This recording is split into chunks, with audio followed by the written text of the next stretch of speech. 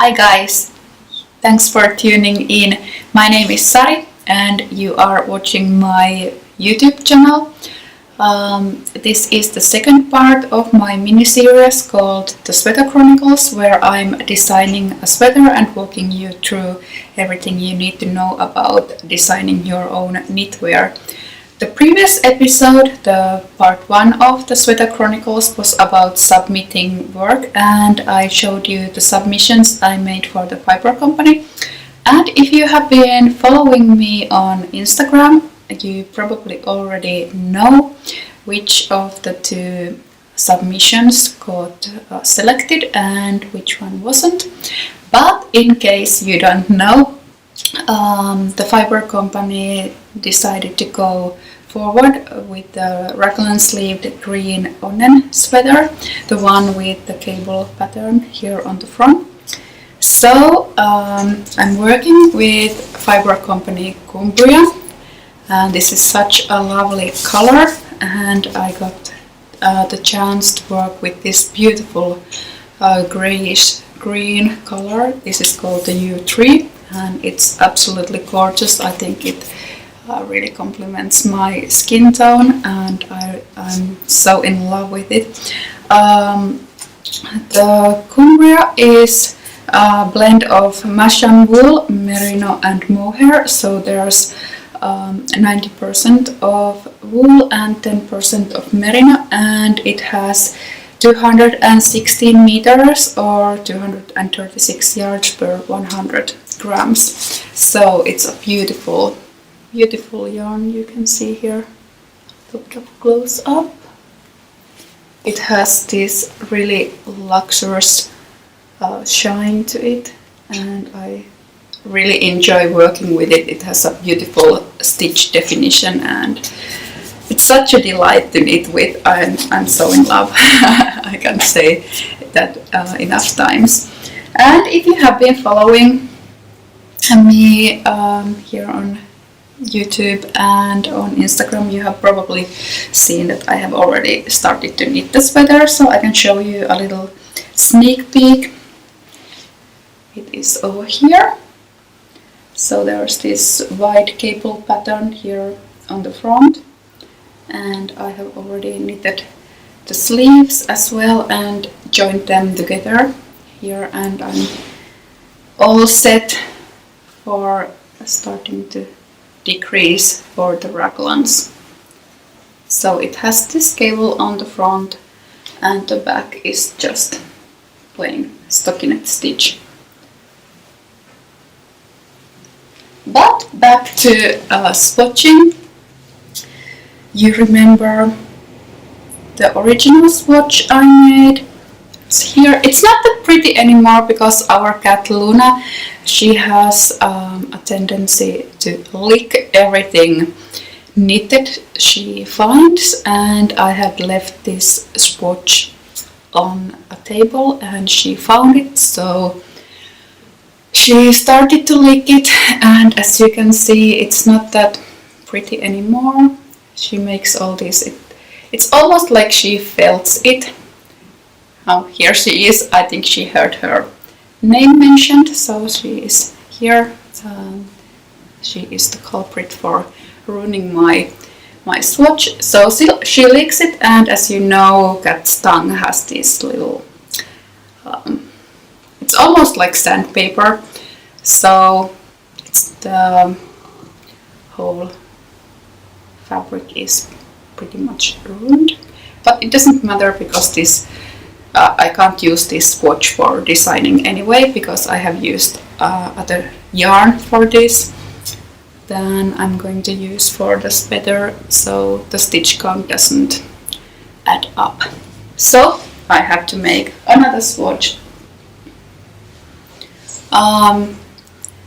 If you are using other yarn than you used for your submission, it's a good thing to make a new swatch. Like I said, probably the yarn weight might vary a little bit, and also the yarn might be stretchier or fluffier.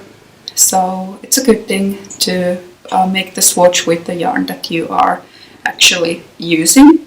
And now Luna is sitting on my swatches. I made actually 2 swatches. One is with the cable pattern and then the other one is with just plain stockinette. I will explain you a bit later why this is L-shaped and not a square. But here is the original swatch. You can see I made smaller cables here than I'm using here on this swatch. When I drew the design idea, I made the cables bigger here on the front, and I decided I wanted wider and more prominent cables, and also a bit more space here between the cables so they stand out a bit more here. As you can see, even before Luna ruined the fabric, the cables tend to blend together and you can't really see the pattern so well. So I wanted it to be more contrasting. So I made this with wider and longer cables, and I think they stand out really well, and I'm really happy with this pattern. So I went forward with it. You can see here's the sweater design, and here is the swatch. Yeah. And as major part of the sweater is in stockinette stitch, it only has the cable here on the front. So the sleeves and the sides and the whole back is in stockinette stitch. So it's very important to make a swatch of all the stitch patterns that you are going to use, especially the one that you are using the most, as it's the most important. So I made this one with just plain stockinette stitch.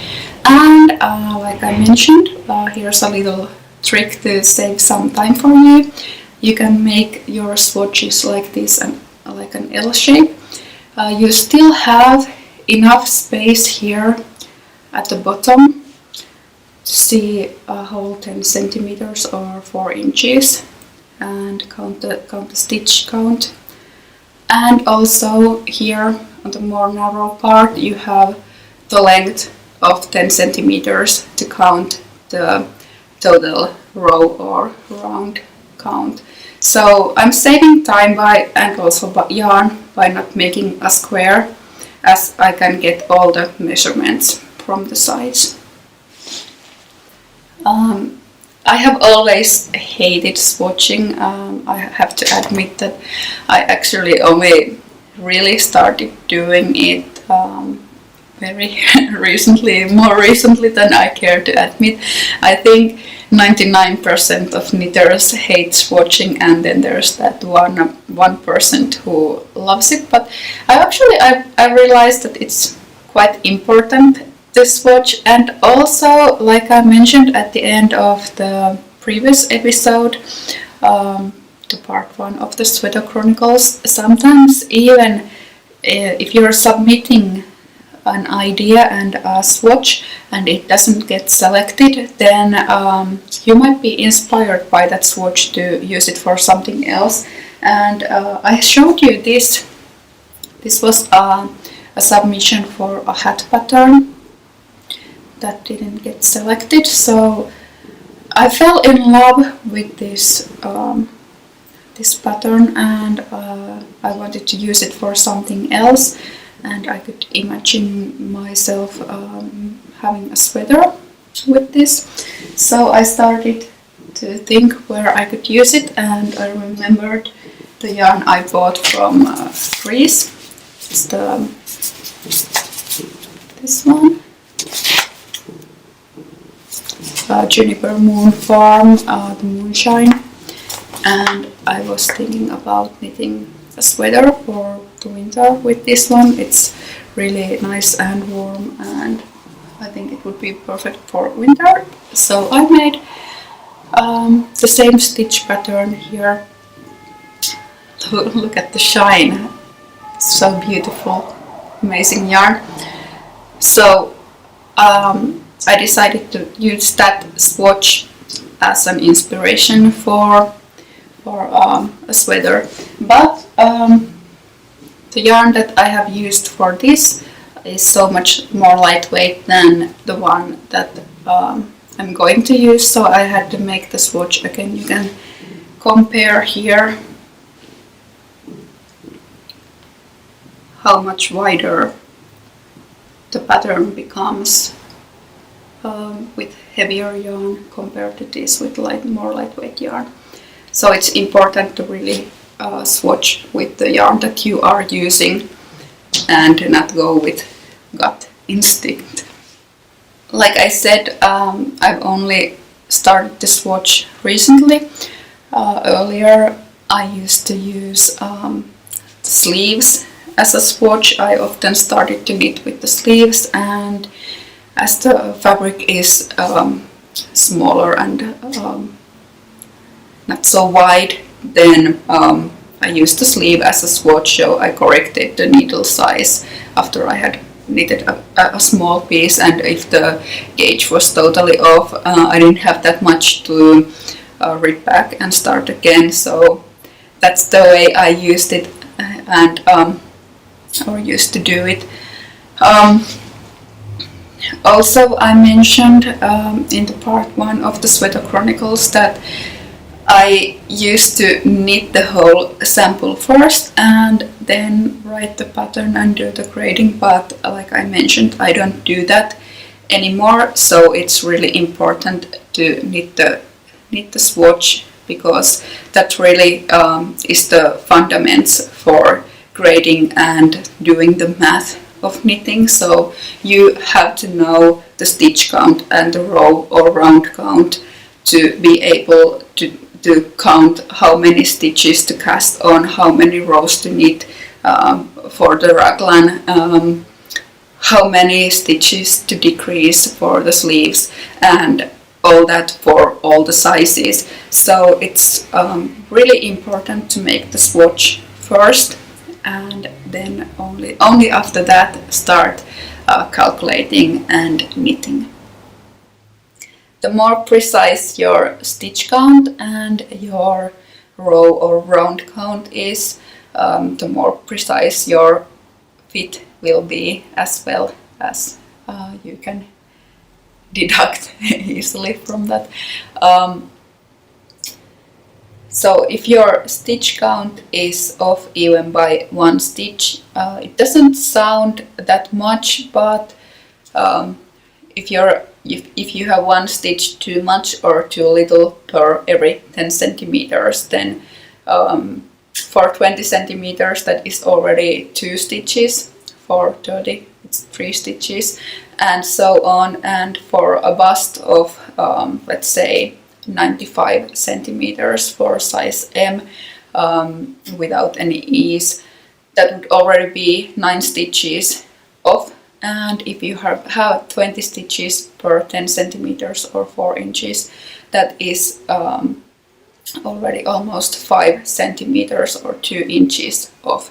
So it is really important, even though it doesn't sound like a lot. Okay, I don't care if it's 19 stitches or if it's 21 stitches or if it's 20 stitches per 10 centimeters. It is important as the small mistakes start to multiplying on larger areas.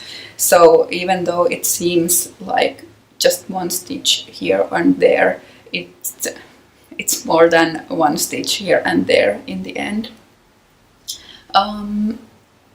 People often ask me if you should swatch in the round or flat, and my answer is you should swatch the way that the design is. So if you are knitting in a round, then you should swatch in a round, and if you are knitting the design flat, then swatch flat.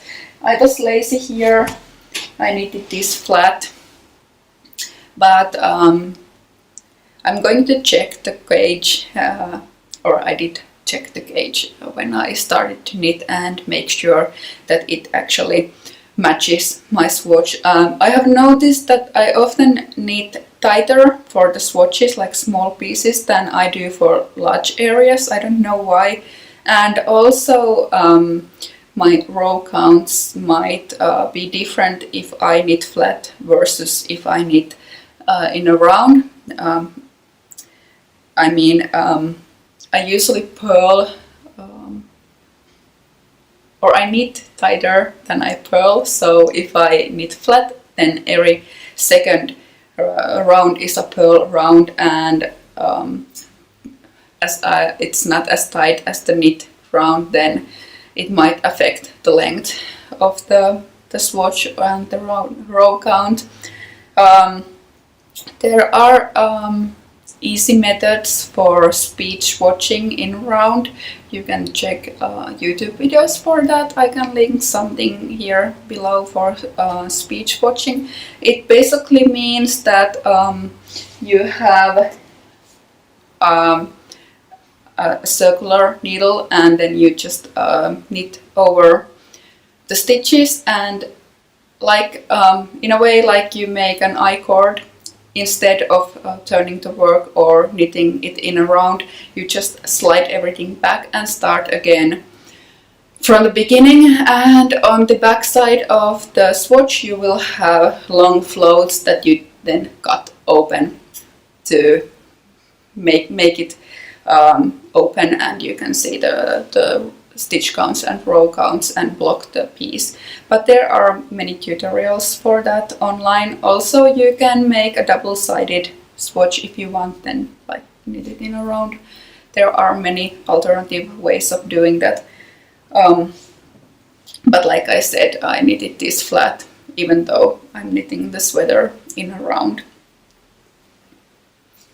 Also, I really do recommend that you block your swatches. If you have ever knitted a lace shawl, you know how much it stretches out. So it's almost impossible to get an exact stitch count if you haven't blocked the fabric. Also, some yarns stretch, like merino yarns, for example, they stretch quite a lot when you are blocking them, so it's important to have the stitch count from the blocked swatch, as that's the way you're going to use the finished design, like sweater or a shawl. The most important swatch, as I mentioned, the most important swatch is the one that you are using most in your design. So for example, for the Onnen sweater, like I mentioned, there's only the cables on the front, and then rest of the design is in stockinette stitch. So it's important to make both swatches and see if there is a difference in the stitch counts for each pattern type. I made some small calculations for you to understand what I'm meaning. Roughly said, the sweater, Onnen sweater, has only 1/4 of the body in the cables, as the sides and the back are in plain stockinette stitch. So I calculated the gauge for both, for the stockinette stitch and the cable pattern. And for the stockinette stitch, the gauge is 19 stitches for 10 centimeters or 4 inches. And for the cable part, the gauge is 25 stitches per 10 centimeters or 4 inches. So I made these small calculations. For example, size S, if it has a 10 centimeter ease or a 4 inch ease, Then the bust circumference would be something like 95 centimeters or 37 inches. And for stockinette stitch, that length would mean 180 stitches. But for the cable pattern, if I only used the gauge from the cable pattern, I would be casting on 237.5 stitches. So there's quite a big difference if you compare 180 stitches versus 237.5 stitches. To make this more clear, some more math for you.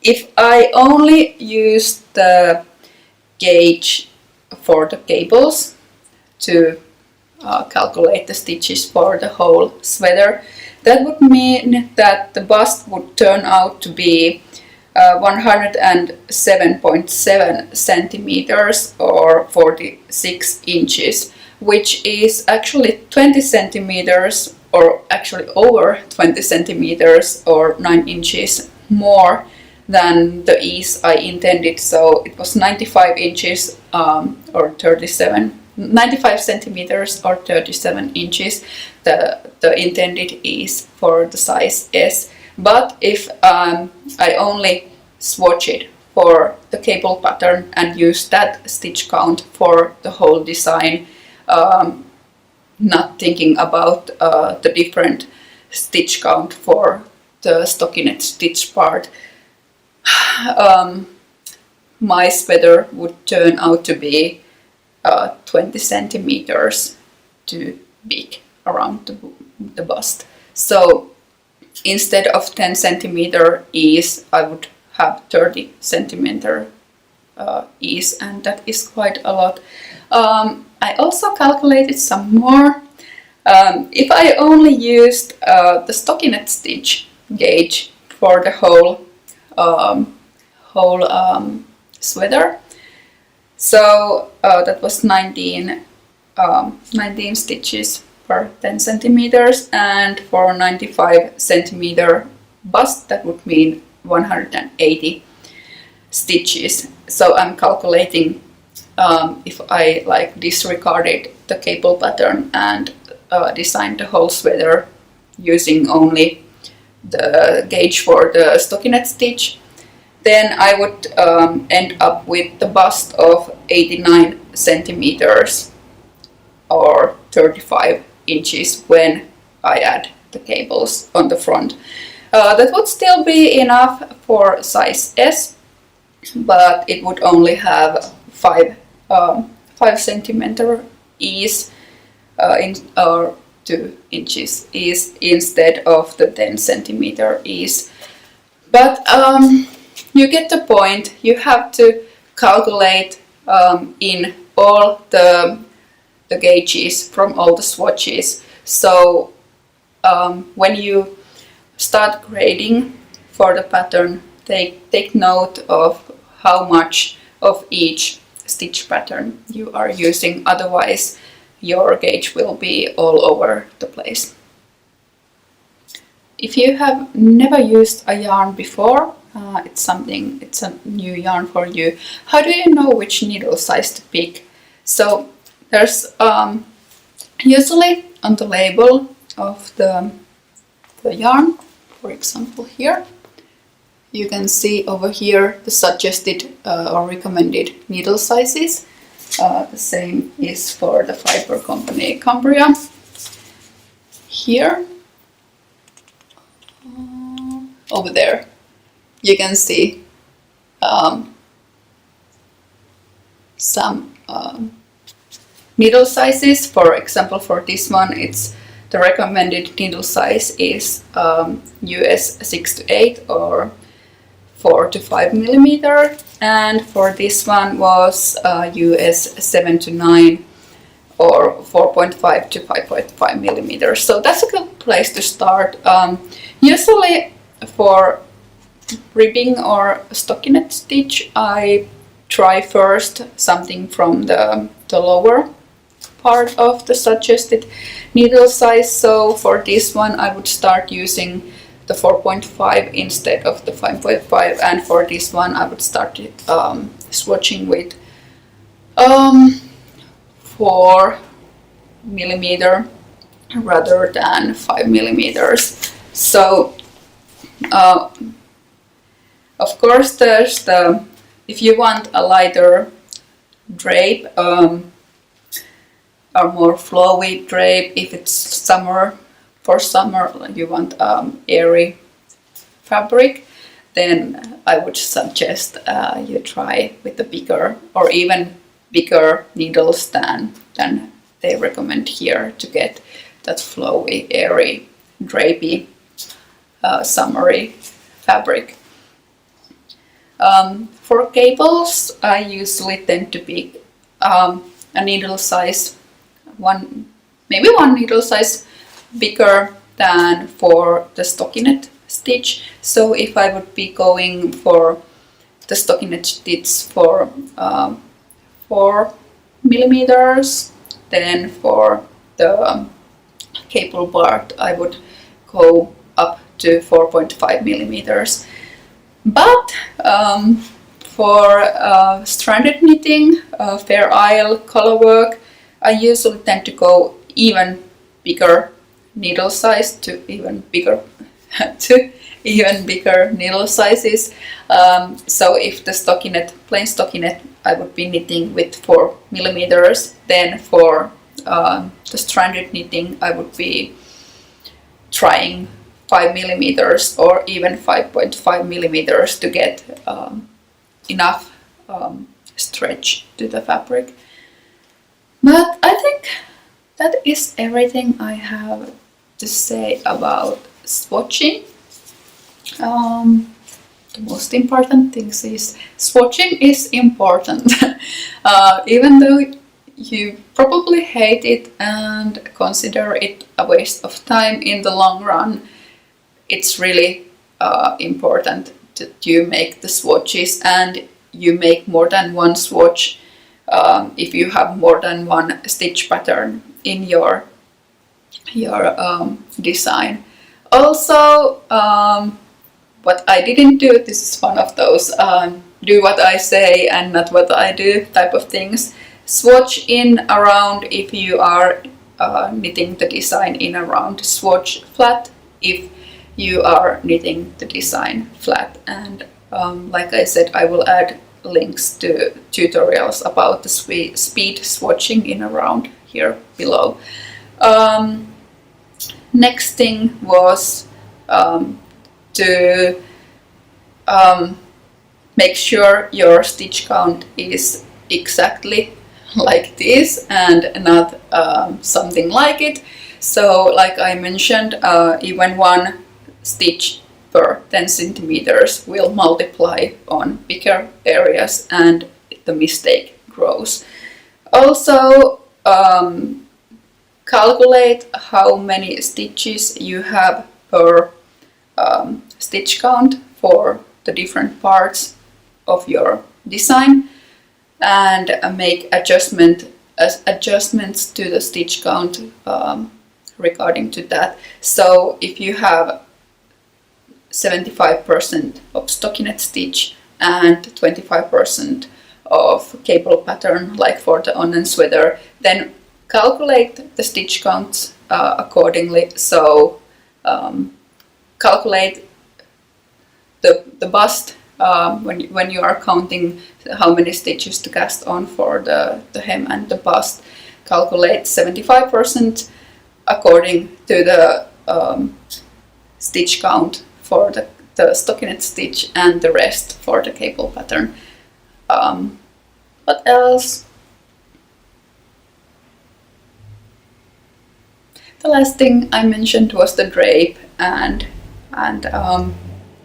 how the needle size affects the drape. So there is no one perfect needle size. So you just have to try to find the kind of fabric and the kind of drape you are looking for.